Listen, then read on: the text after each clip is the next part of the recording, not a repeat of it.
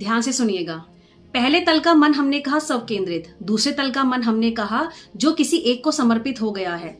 तीसरे तल का जो मन होता है वह कवि का मन होता है। दूसरे तल पर समझ लीजिए कि गृहस्थ था, हमारा आम मध्यम वर्गीय गृहस्थ जो बैलगाड़ी ढोता है। सांड को कभी देखा है सांड गाड़ी ढोते हुए? बैल बनाना इसीलिए आवश्यक होता है ताकि बैलगाड़ी चले। तीसरे तल का जो कवि होता है उसका प्रेम, जैसा कि प्रश्न था आपका, किसी से हो सकता है। इसीलिए कवियों को, कलाकारों को, चित्रकारों को आमतौर पर जरा अनैतिक किस्म का व्यक्ति माना जाता है कि ये तो कहीं भी फिसल जाते हैं, इनका दिल तो कहीं भी लग जाता है, 2 घुट पीते हैं और इनकी कविता उभर आती है।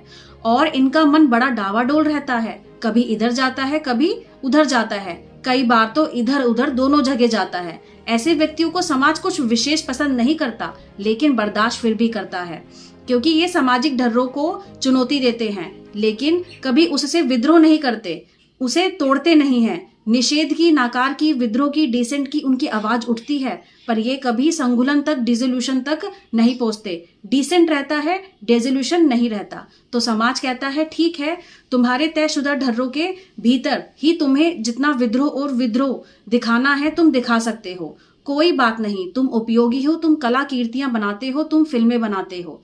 अब गृहस्थ तो जाएगा नहीं फिल्में बनाने, उसको तो रोजी रोटी, कपड़े चाकरी और बच्चों के डायपर से ही मुक्ति नहीं है। तो अच्छा ही है समाज में 2-4 इस तरह के सरफिरे तो हैं जो ऐसा काम करे, जो हमें ऊब से जरा मुक्ति दिला सकते हैं। वो गीत लिखते हैं, वो नए बिरंगे जो है ऐसे काम करते हैं जो मन को जरा ताजगी दे देते हैं। वह लेखक होते हैं, वह कवि होते हैं, वह मिट्टी में से आकार निकालते हैं और वह जंगलों की सुंदरता देख पाते हैं, वह नदियों का संगीत सुन पाते हैं। तो समाज कहता है ठीक है, तुम हमें परेशान करते तो हो, पर उतना ही जितना कि खाने में थोड़ी मिर्च, जायका बना रहता है, तुम बने रहो। धन्यवाद।